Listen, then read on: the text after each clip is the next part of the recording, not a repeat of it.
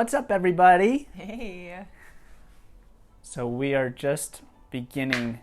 We said last week during a live video that we did, looking to get more people involved, create community, get more people active about getting going, moving themselves around the world, getting out of the comfort zone, traveling inward, traveling outward, and uniting the world firsthand through the individual, not just our individual selves, but your individual self. Through every individual self, if we can. Oh yeah, well, I mean, we're all in this together, and though there's a lot of billions of people out there, and who knows what may happen, but there is definitely kind of a collective conscious that we all share. There's things that we all know or that we've all grown to accept, and the world is becoming closer and closer with the internet and smartphones and means of communicating. There's so many possibilities out there. But if we're not all focused towards living a solution, towards an end goal, then we'll keep on remanifesting whatever is in our deeper conscious. And so we have to clear that stuff. And that's a reason why Catherine and I teach what we teach, are doing our all local cleanup parties to teach about internal and external cleaning, and developing more ways to enable the individual to take better care of themselves physically, mentally, emotionally.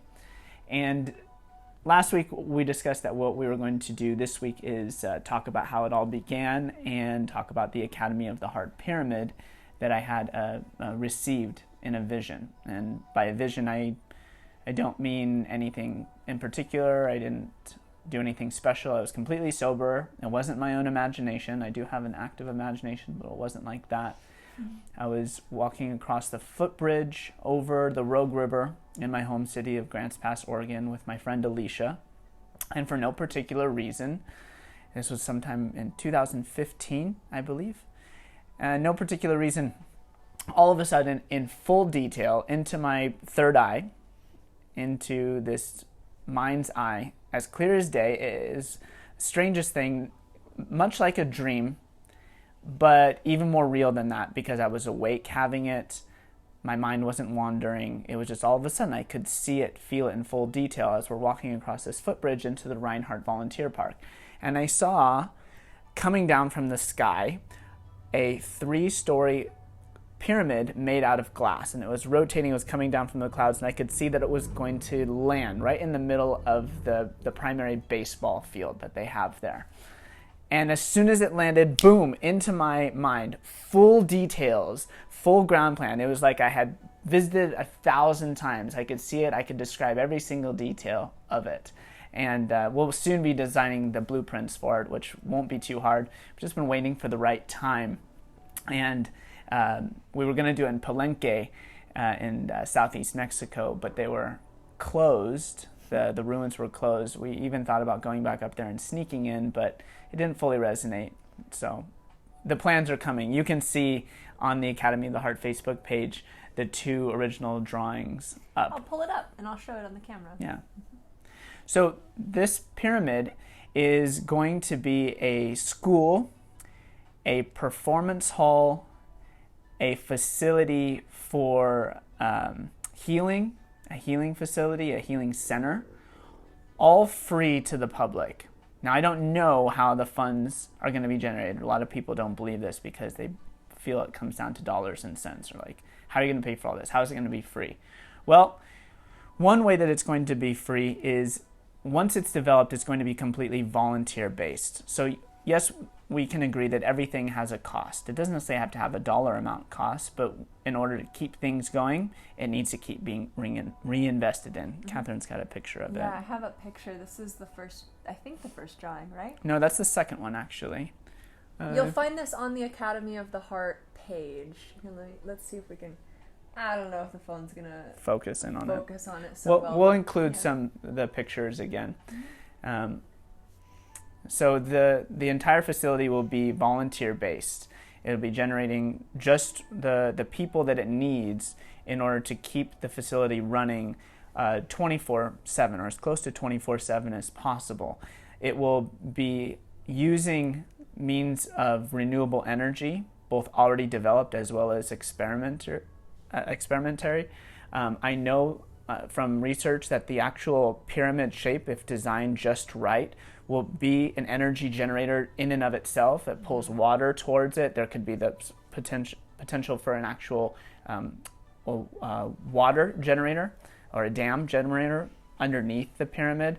If you study things like back in ancient Egypt, as well as the rest of the pyramids around the world, there's a lot of commonalities with these designs.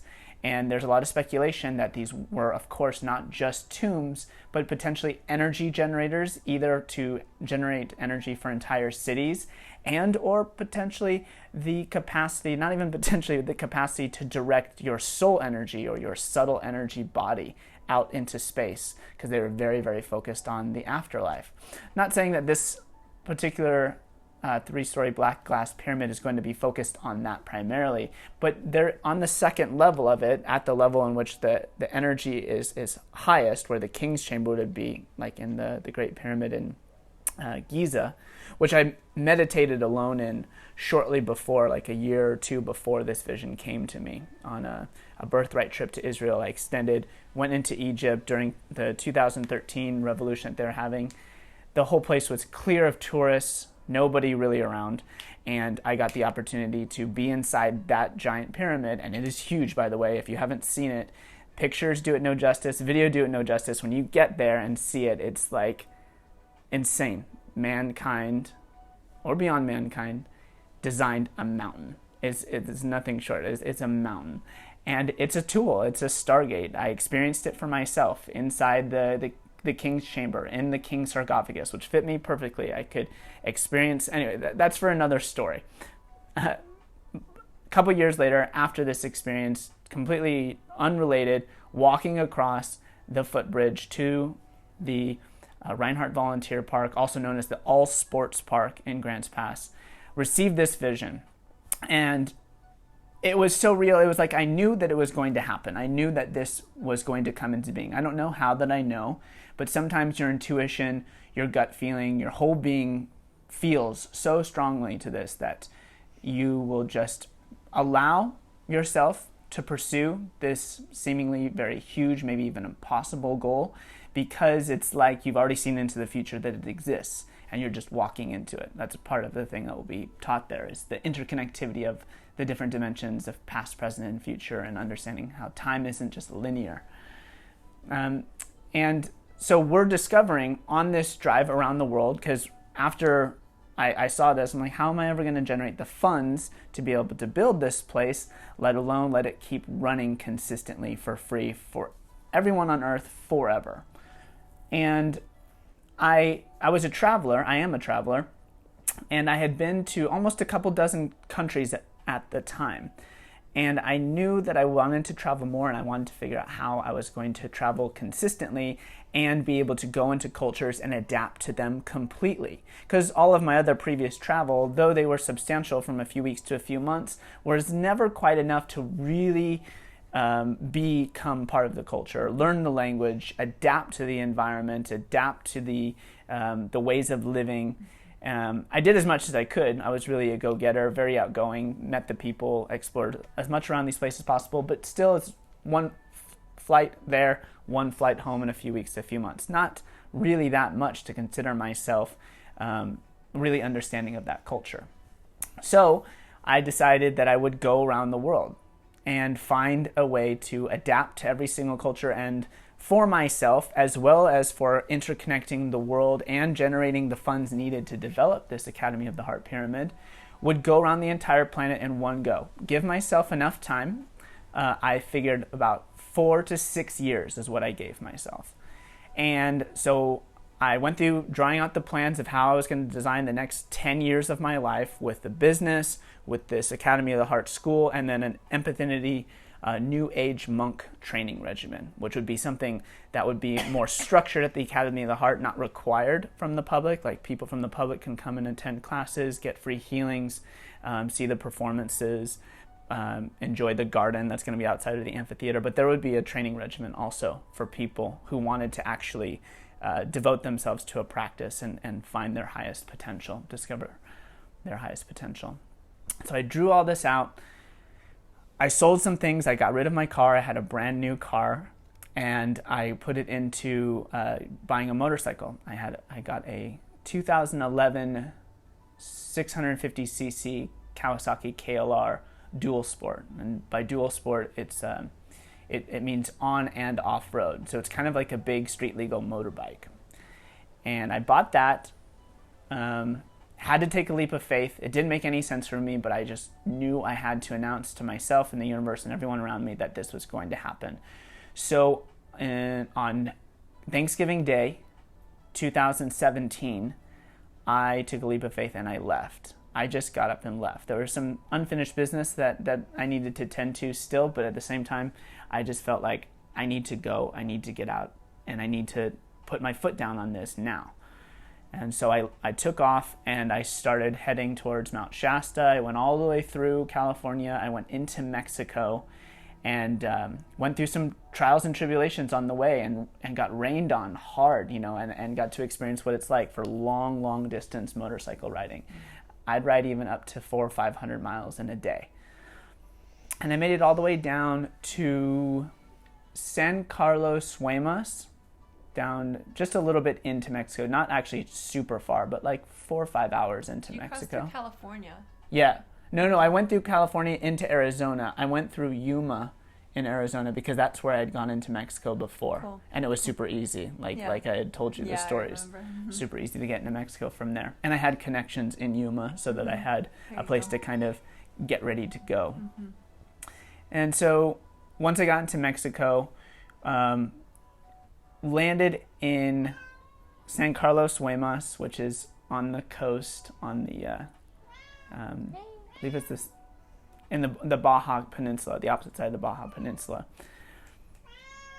And there I laid rest for a little while. I was exhausted, completely exhausted. I found a place to stay through a connection. One of my friends, Jason, had stayed there. And so I went to this woman, Sue's house, and she hosted me for a few weeks. Before I decided that I wasn't ready for this, I was running out of money and completely in culture shock, completely astounded by myself and not leaving on, great terms. So I went back home in time for Christmas that year. Quickly saved up funds and was back on the road again for a second time in 2018. I made it down as far as outside of Los Angeles, where my motorcycle really broke down. And I had to spend the rest of my savings, or almost the rest of my savings, to fix up the motorcycle.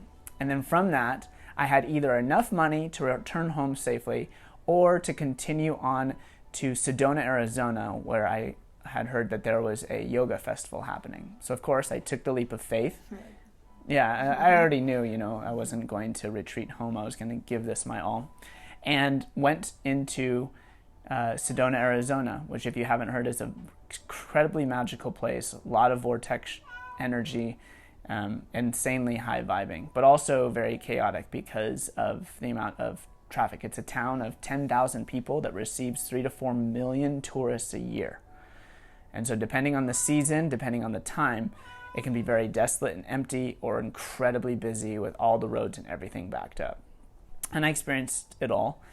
And was there for 5-6 months until I had my fourth job, fourth place that I was living, lost them, and had to return. And it was getting outstandingly hot. It was reaching over 100 degrees, 110 degrees by 11 o'clock in the morning, which my body was not at all used to.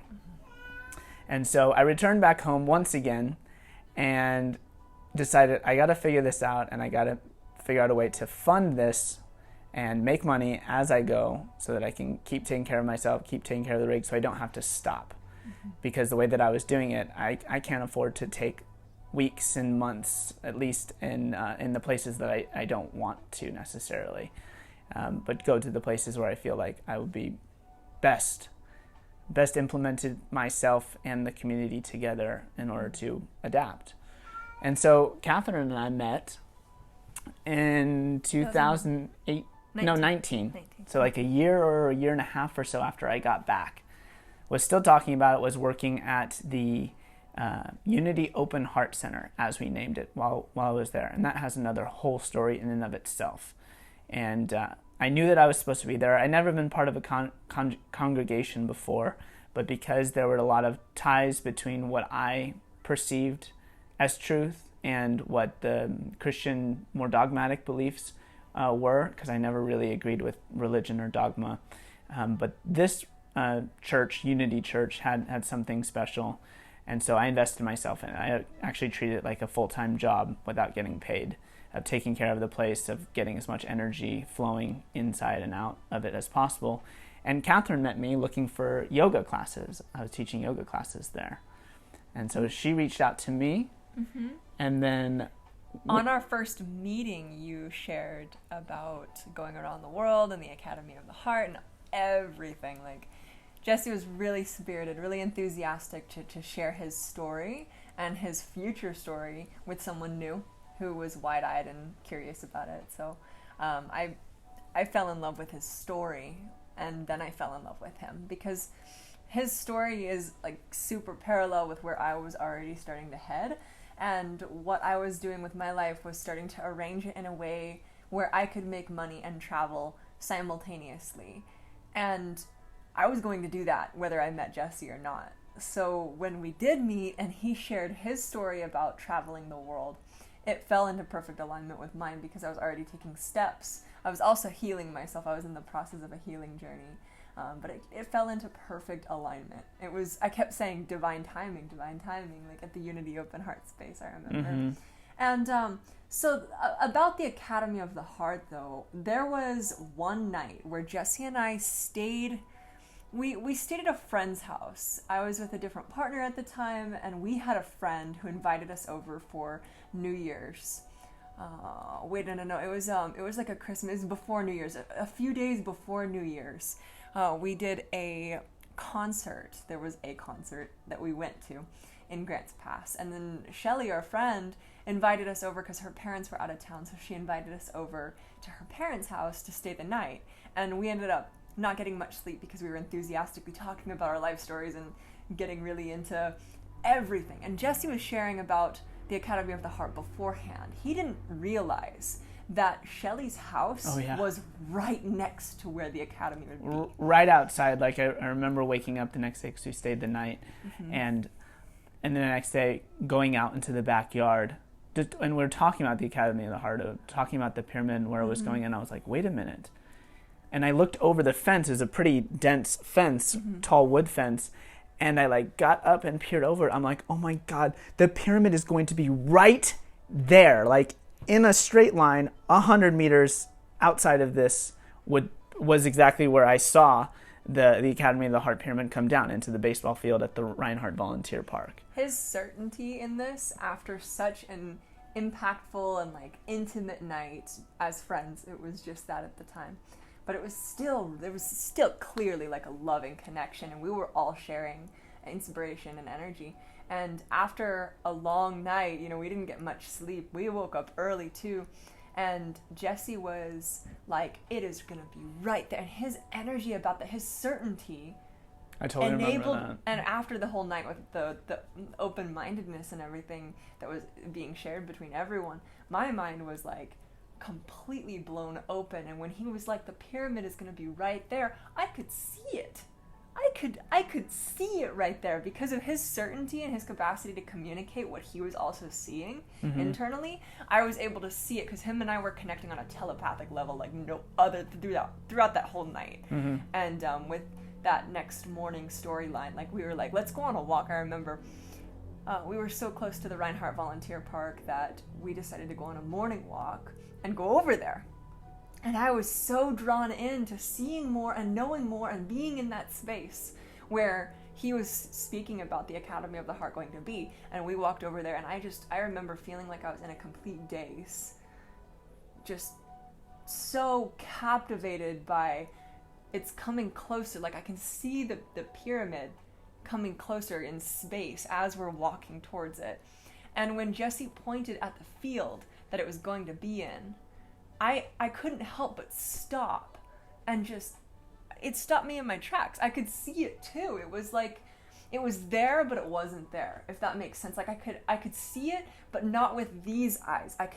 My eyes were wide open, but there was this like structure that was there / not there, like kind of on like a different plane. You could see it more clearly than in your mind's eye or your imagination or your thoughts. It was somewhere in between reality and that dimension, whatever we want to call the imaginative dream realm dimension. It was like in between. It is very, very surreal. Also, that's not the first synchronicity. The first time Catherine was massively influenced, she had a vision of the exact same bridge that I was walking across with Alicia, and Alicia is totally her soul sister. Like I'll tell this 'cause we kept walking. They share a lot of parallels as well. Lot of synchronicities. We kept walking down the path, and the bridge was next. So oh yeah. This we kept walking, right? Like obviously Shelley and Josh were not very interested in the pyramid is coming kind of a thing. They were in their own vibe. So we just kind of kept following. Jesse and I were walking side by side. Shelley and Josh were walking side by side. And I couldn't help but continue looking back at where I knew the pyramid was going to be. And there's a little trail to like a water area where there were ducks. And I remember seeing a black and a white duck, like a yin and a yang duck. And I looked up and I could just like see across the little lake swamp area where the pyramid was going to be. It was so like clear. The line of sight was so clear. And Jesse came down to me like, what are you looking at? I'm like, the pyramid. It's coming. We ended up walking back because Shelley and Josh were like, hey, are you guys coming? Like, what's going on? So we went back up and there was this big bridge that goes over the Rogue River. And it's a beautiful bridge. If you ever are in Grants Pass, you should definitely go to that park and walk across the bridge. But as soon as I got to the bridge, it occurred to me that I have had, like, you've had deja vu. I'm sure you'd understand what that kind of feels like. But this was more clear than a deja vu. It wasn't just I think I've experienced this before. I knew exactly when I experienced it before. The first time that I had a third eye opening realization that I could see things within my mind's eye and started receiving visions. I'm just realizing that that's the shape of the third eye chakra, like the shape inside the third eye chakra. All these third eyes right behind it. Okay. Okay. All right, keep going with the story.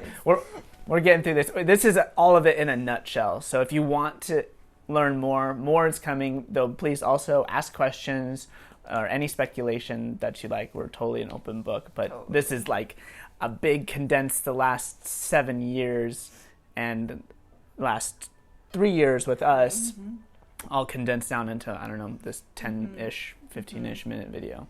Right. I mean, essentially that's it. The vision about the bridge is just kind of like a bonus. That whole area is an energy portal. I was already in a state of receiving visions, so it made sense to me that I had seen that bridge before the moment my third eye opened. And it was really interesting too because like my third eye opened and then I began expressing myself from my heart. So it was like the chakras began awakening from the top down, which is kind of interesting. Your last name is Hart. This is the Academy of the Heart. I felt like I was beginning to live from my heart center. There were so many things that fell into alignment that said, I am in servitude to this vision. This is also my vision. And I could feel that too because I was pretty set on doing this journey by myself. After my divorce and awakening in 2012, I was kind of going through just a massive independence, massive like coming into my own self and understanding what I wanted with myself and my life and everything. And I was pretty sure that I wanted to go around the world on my own. But then when Catherine came into the picture and was so completely aligned with it, perfectly aligned frequency, vibration, whatever you want to call it, to the point when she expressed interest of doing this around the world journey with me, I was like feeling strangely fine and completely all right with it. Like no resistance whatsoever. I'm like, yeah, I can feel that's going to happen. Very shortly after that too, you and I had to relocate our home space on the same day. Like we both got notice on the same day. And I was at a festival, like I was about to head to a festival. So I knew that I had a weekend to, consider what I was going to do. That was April or May of 2019. Yeah, and then when I got back, you were house sitting for the next couple of days, and so I stayed with you. And we didn't have a place to go after that house sitting gig, so I remember Jesse was like, if we don't find something in the next few days, I'm cool with just going out and pitching a tent. And I was like, okay. Our first place together was Catherine's big tent, and we went up into on Onion Mountain, and just like the nearest national park or state park adjacent to Grants Pass, about 15 minutes outside the city. And we just went up there, her and her little Subaru Forester, me on Dark Horse, the motorcycle that I owned up there, and made camp. And it was perfect weather, and it was perfect bonding experience. And in the meantime, we kept doing our jobs and looked for a place to live. Found a place to live with a very good friend from high school's mom, a place I used to hang out a bit. And she had a spare place and could use the extra help and emotional support of what she was going through. So we found our own place, and from the get-go, just started planning this trip. It took us better like 4, 5, 6 months. Yeah, we were there through the whole summer to actually prepare for the trip, sell all of the stuff that we could sell that wasn't super sentimental or super useful that we wanted to possibly come back to. Catherine packed up her stuff in her parents' cabin up in the woods outside of Weimar. And in your space. I have a lot and of in my stuff space, in and the top story of my dad's shop, I cleaned it out for him, and now it's my storage room where we've got a bunch of boxes on one wall, and things that are super sentimental or very useful to come back to that no one else would necessarily find value in. And we left finally on January 21st of 2020. And so on July 21st, coming up this month of 2021, we'll mark 1.5 years. And we're 6 countries in, not as far along as we thought we would be, but that's mostly because of getting stuck for the pandemic inside of Chiapas, Mexico. But that was actually a blessing in disguise, because it gave us an opportunity to really kind of set in place how we were going to do this journey, adapt to the Mexican Latin culture, find out ways to connect, make money, do exchange in person as well as online. Catherine got great at Spanish. I'm getting a lot better too, but not nearly as good as her still yet. But we're practicing. There's a lot of things that we're mastering on this trip, not to mention all of the things that we do for our business and our hobbies and pastimes, and finding out ways to grow a career in a very big sustainable sense, but not have it turn into work per se, because I had done that out of college. I turned my hobby into a job, and it ended up becoming miserable. Gotta keep it fun. Well, what's really good though is that I actually enjoy doing a lot of things that you don't enjoy doing anymore. Well, we complement each other. I enjoy more marketing, more inviting, more creating posts just because, and also editing videos. Yeah. Whereas I think you enjoy doing things just whenever you feel spirited to. Yeah. So you'll write posts whenever you feel like it. I like sticking with a schedule.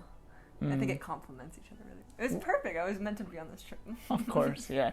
Catherine's put just as much into it as I have. She didn't make 2 attempts by motorcycle, but she's given it her all, and I'm super grateful. And and because of your presence with this, and because of your helping with the growing of both of our careers and Spanish mastery and adapting to driving a manual RV, which I learned how to drive stick on this trip in Mexico. Well, actually in the United States when we got the rig, but yeah. But still, yeah, lots of and this is her first time going internationally. So Catherine is going to be this world famous first time out of the country, going around the whole world. I don't even think that's going to be a big deal. By the time we make it around the world, the fact that this is my first time out of the country is going to be whatever. It's still a big deal. I mean, we usually start slow, but she hit the ground running. Yeah. At this point, I feel 100% confident that we're going to make it around the world. Yeah. I remember when you looked at me and you were like, do you really think we're going to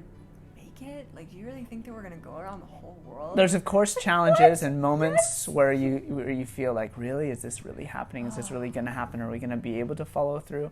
But I totally feel it's in the cards. Our skill set is adapted to the point where I feel totally confident that we can provide people with services, a plethora of different services that they'll find valuable. So work isn't hard to get. Connections for spaces isn't hard to get. Finding mechanics hasn't been hard to get. We're getting upgrades on the Yoda right now. That truck is definitely going to be in better condition when we return than when we left. Ooh, yeah. We do need some support though. It's really helping us out with Patreon. We have 10 patrons right now who support anywhere between $3 a month and $55 a month. And between the 10 of them, we get about like $100 at the beginning of the month, and that's super duper helpful, and it is really helping to us to increase the quality as well as quantity of everything that we're providing for the public, digitally, virtually, online, as well as in person. Well, what's nice about Patreon is when you become a patron, when you become a supporter of us and are paying us money every month, it's not just a donation. You can consider it like a full investment because we invest it right back into you and then back into the activities that we're doing, and we share it with you firsthand. So our patrons We're always checking in every month. We check in with all of our patrons, see how they're doing, what they're working on, what we can hold a prayer for, or blessing, or visualization for. Because there's a lot of power and value in just keeping a collective group around you thinking, feeling the same thoughts, projecting into the now, into the future, what you would like to see. We send postcards. Catherine makes crafts and sends those. The shipping has been pretty challenging, but we're figuring it out ever more. We do online lessons, so if you want to learn more about true yoga, qigong, and meditation, how to take better care of yourself, flow arts, fire spinning, acrobatic yoga, all these things that we've been doing consistently with a small handful to a sizable handful of people since the beginning of this trip, and still to this day. One of our new tiers supports our all local merchants, and every month you get to pick out a new product by one of our merchants. Yeah, more videos coming out with the all local merchants, people, master craftsmen from indigenous communities in Guatemala. We just have from Guatemala right now. Nicaragua there were not very many indigenous that like actually kept their indigenous we're looking to flavors, connect. Yeah, a lot of places. Yeah, it's like these sort of communities are disappearing, or technology is kind of overriding them. So hidden. We're figuring out ways to integrate technology without negatively affecting these peoples, but instead like growing them, giving them more capacities to take better care of themselves, their children, their standard of living. Because they're not connected to the internet, it's harder for them. They have to wait for the tourism industry or for locals to come pay for them.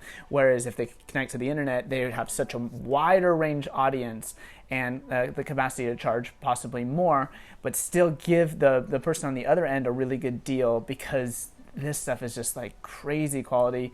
Awesome tradition, just so much love and so much energy investment for so many generations put into this stuff. So we're really excited to be releasing more of their documentaries. There's not even interviews anymore. They're full-on documentaries that we've gone and interviewed them. Catherine's in the process of translating them from the indigenous language to Spanish to English.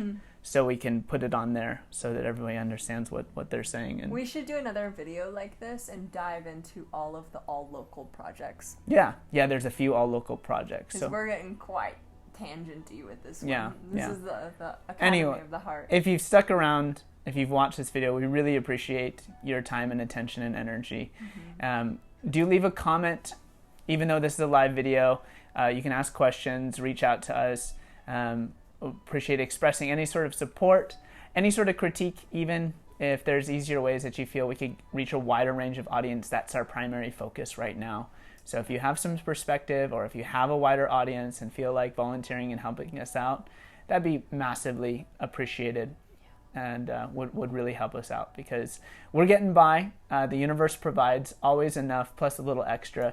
But yeah, it would be great to keep leveling up and making sure that everything is taken care of, and that we're able to further take care of this planet and this world and the people on it and the people that we interact with and influence and interconnect with. Great. Thank you if you stuck around this long. Yeah. Cheers. We'll talk next time on all local projects. Okay. Yeah. This is the Unite the World Firsthand Conscious Collective leaders, Jesse Hart and Captain Rutan Hart, signing off.